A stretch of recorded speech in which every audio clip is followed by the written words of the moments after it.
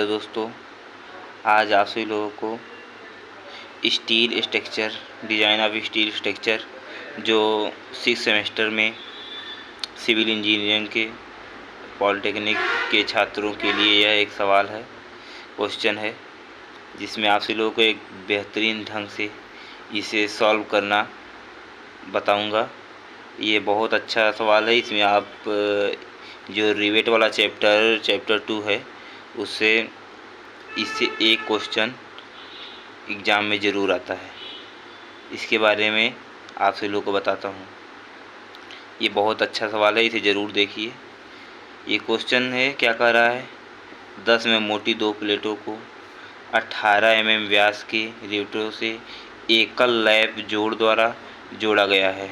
यदि pitch 55 mm हो तो जोड़ की सामर्थ्य ज्ञात कीजिए। अनुज्ञेय प्रतिबल टेंसाइल स्ट्रेस 150 न्यूटन पर mm² तथा शियर स्ट्रेस 90 न्यूटन पर mm² and bearing stress 270 Newton पर mm²। इसमें क्या कह रहा है, क्या क्या दिया हुआ है, इसे हम लिखते हैं स्टेप बाय स्टेप। ये रिवेट जो आपसे बनाता हूँ, 2 प्लेटों को ऐसे जोड़ा गया है। इसे ये एक प्लेट हो गया और दूसरी प्लेट ये हो गया। ये है लैप जॉइंट, इसमें रिवेट द्वारा जोड़ दिया गया है।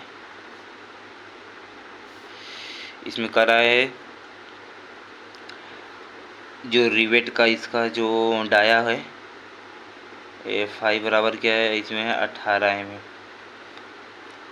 2 प्लेटों, जो ये प्लेट है, इस प्लेट की जो थिकनेस है 10 mm है, 10 mm। इधर ये भी है 10 mm। इसमें गिवन डाटा है, क्या है, थिकनेस। जो थिकनेस इसे T से प्रदर्शित करते हैं, थिकनेस ऑफ प्लेट। इसे T बराबर कितना है, 10 mm। और रिवेट, जो इसमें ये रिवेट लगा हुआ है, रिवेट का जो डाया है क्या, 5 बराबर है 18 mm। अब इसे हम ग्रास डाया निकालेंगे। अब ग्रास डाया जिसे कहते हैं, ग्रास डाया, इसे हम D से प्रदर्शित करते हैं। D बराबर होता है, अब इसका एक शर्त होता है, जो 25 mm से यदि छोटा डाया है, 25 mm से कम है, तो यदि 25 mm से 5 बराबर जो कम हैगा, तो इसमें 25 mm से यदि कम होगा तो उसमें 1.5 mm जोड़ा जाता है। यदि 25 mm से ज़्यादा है, 25 mm से ज़्यादा है, तो उसमें 2 mm जोड़ा जाता है। ये 18 mm है, ये 25 mm से कम है, इसमें जोड़ा जाएगा 18 प्लस 1.5 mm। तो ये टोटल हमारा ग्रास डाया हो जाएगा 19.5 mm।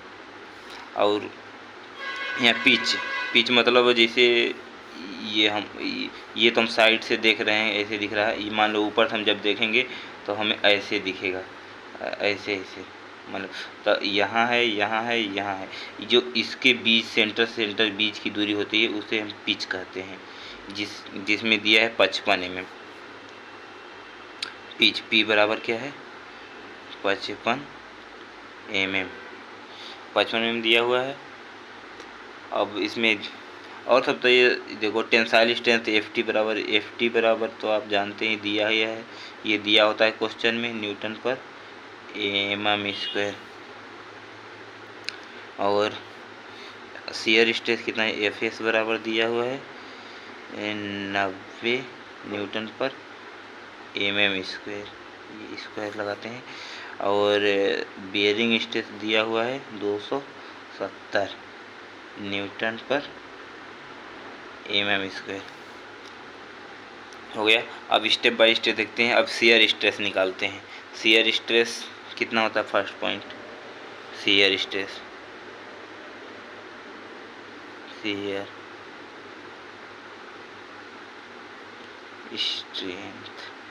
शियर स्ट्रेंथ निकालेंगे, जिसे हम PS से प्रदर्शित करते हैं। इसका फार्मूला होता है N × π/4 d² इंटू, इसमें शियर स्ट्रेस कौन सा दिया है, ये भी होता है इतना, ये होता है एफ एस।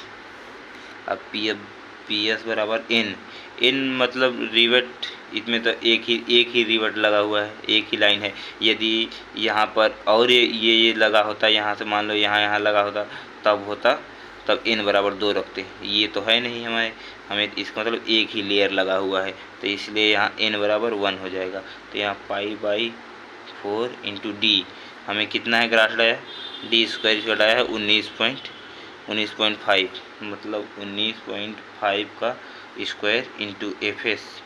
शेयर स्ट्रेस कितना है, एफ एस इसमें दिया हुआ है 90।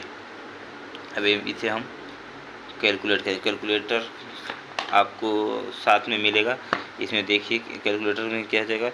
अब शिफ्ट π/4 इंटू 19.5 का स्क्वायर इंटू 90, हमारा आ गया 26,878, 26,878.2। ये है न्यूटन में। अच्छा हम किलो न्यूटन में बदल देते हैं, तो 1000 से भाग देंगे तो हो जाएगा 26.887 किलो न्यूटन। अब ये शियर स्ट्रेस निकल गया। अब दूसरा निकालेंगे बियरिंग स्ट्रेंथ। स्ट्रेस नहीं होता है, सॉरी भाई, और स्ट्रेंथ होता है। इसे बियरिंग स्ट्रेंथ निकालेंगे दूसरे पॉइंट पर।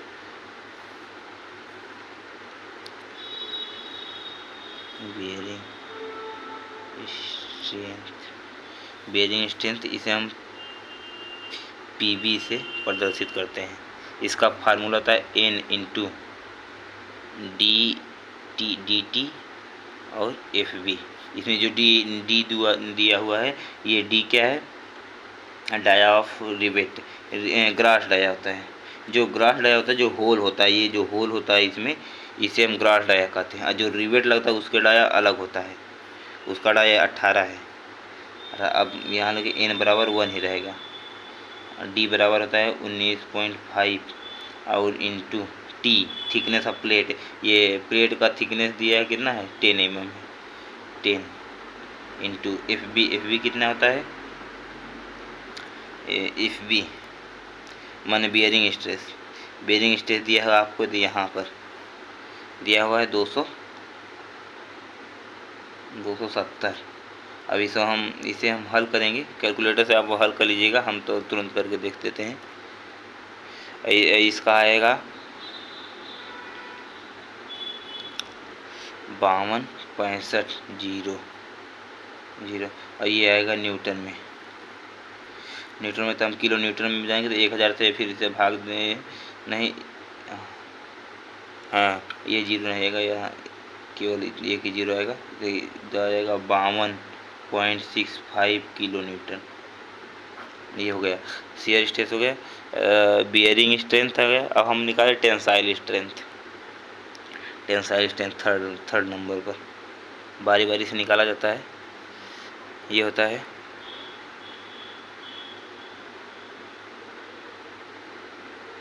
Tensile strength. इसका फार्मूला होता है पी टी इक्वल होता है P minus D into T into F T. Pitch इसमें आपको दिया हुआ था, देखो पिच दिया होता ना, इसकी पिच दिया था यहाँ पर, कितना दिया होता 55 mm, तो यहाँ पर पिच हो जाएगा 55 माइनस डाया आप देगा तो 19.5 और थिकनेस ऑफ प्लेट कितना, टी बराबर कितना दिया था आपको देख लीजिए, यहाँ पर थिकनेस से 10 दिया था, 10 mm यहाँ रखेंगे तो यहाँ जाएगा गुणे 10 mm नहीं निकल जाएगा, इंटू टेंसाइल स्ट्रेंथ आपको कितना दिया हुआ था 150 न्यूटन पर mm स्क्वायर, तो यहाँ पर हो जाएगा 150 mm न्यूटन पर mm स्क्वायर। तो इसका हम कैलकुलेशन करेंगे, कैलकुलेट करके आपको हम दिखा देते हैं कितना आएगा। 50 माइनस 19.5 इक्वल इंटू 10 गुणे 150, ये आ जाएगा 53,250। ये हमारा आ जाएगा PT बराबर 53,250, ये जाएगा न्यूटन में। तो यहाँ पर आ जाएगा हमारे पास 53.1000 तो भाग देंगे, किलो न्यूटन में बदलेंगे, किलो न्यूटन। अब हमारा यहाँ पर निकल चुका शेयर, यहाँ पर हमारा निकला हुआ शेयर स्ट्रेंथ, बियरिंग स्ट्रेंथ और टेंसाइल स्ट्रेंथ। हमें ये पूछ क्या रहा था, ये है ज्वाइंट का जो जोड़, तो ज्वाइंट का सामर्थ्य ज्ञात कीजिए। जो ये ज्वाइंट हुआ है, ज्वाइंट का सामर्थ्य हमें ज्ञात करना था। तो इसमें से देखिए, इसमें से शियर स्ट्रेंथ और बियरिंग स्ट्रेंथ में से जो सबसे कम होता है उसी को हम उसका सामर्थ्य लिया जाता है, मिनिमम जो होता है। इसमें से हमारा मिनिमम कौन सा है, 26.87 किलो न्यूटन है, और इसमें क्या है 52.65 किलो न्यूटन है। इसलिए हमारा इसका जो होगा स्ट्रेंथ होगा, जोड़ joint strength, strength of rivet joint. अच्छा, अगले पेज में लिखते हैं, दूसरे साइड लिखते हैं। इसका होगा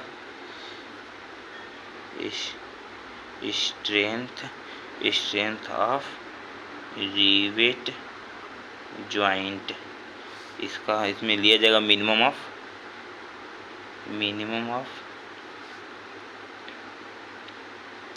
शियर स्ट्रेंथ और बियरिंग स्ट्रेंथ और टेंसाइल स्ट्रेंथ। इसमें से जो मिनिमम होता है, इसमें सबसे मिनिमम क्या था, हमें मिला है क्या 26.87 किलो न्यूटन। यही हमारा क्वेश्चन है। तो दोस्तों, हमें आशा है कि आप सभी लोग को अच्छे समझ में आ गया होगा। यदि कोई भी डाउट हो तो हमें कमेंट में एक बार ज़रूर पूछिएगा। आप इसमें समझ गए होंगे। क्वेश्चन देख लीजिए। ये T जो था, ये थिकनेस ऑफ प्लेट दिया हुआ था, और डाया ये फाई है, डाया रिवेट का जो डाया था उसका दिया हुआ था। हम ग्रास डाया इसे निकाल लिए हैं। ग्रास डाया निकालने के लिए रिवेट डाया में 1.5 mm जोड़ दिए हैं, 1.5 mm जोड़ दिए हैं, तो हमारा आ गया है 19.5 mm। और जो पिच दिया था 55 mm पिच का लेंथ है, जो मतलब रिवेट से रिवेट के बीच की दूरी। और यहाँ पर टेंसाइल स्ट्रेस दिया था 150 न्यूटन पर mm², और शियर स्ट्रेस दिया हुआ था 90 न्यूटन पर mm², और बियरिंग स्ट्रेंथ जो दिया हुआ था 270 न्यूटन पर mm²। अब हम यहाँ पर शियर स्ट्रेंथ निकाल लिए हैं, PS शियर स्ट्रेंथ हमने निकाला। इसे जो फार्मूला ये है N/π/4 D² × Fs। अब इसी में हमने रख दिया है सब, आप तो जान गए होंगे धीरे धीरे। अब इसका कैलकुलेशन कर लिए। यहाँ पर हमारा निकल गया है PS शियर स्ट्रेंथ यहाँ निकला हुआ है। तो इसके आगे फिर अब यहाँ बियरिंग स्ट्रेंथ निकालें। बियरिंग स्ट्रेंथ का ये फार्मूला होता है। अब इसके बाद इसको हल किया हमने, तो यहाँ 52.65 न्यूटन पर किलो न्यूटन आया है। अब यहाँ टेंसाइल स्ट्रेंथ निकाले हैं, इसका P - D × T × FT। ये FT जो सफिक्स में ये सिंबल होता है, लिखा जाता है, टेंसाइल स्ट्रेस होता है। अब इसको मैंने हल किया तो यहाँ पर आया, यहाँ हमारा कितना आया है 53.25 किलो न्यूटन। इसमें से आप देख लीजिए, इसमें और जो स्ट्रेंथ होता है, स्ट्रेंथ ऑफ रिवेट जॉइंट का होता है, इसमें से जो शियर स्ट्रेंथ और बियरिंग स्ट्रेंथ और टेंसाइल स्ट्रेंथ में से जो सबसे मिनिमम होता है वही हमारा स्ट्रेंथ ऑफ रिवेट जॉइंट होता है। धन्यवाद दोस्तों।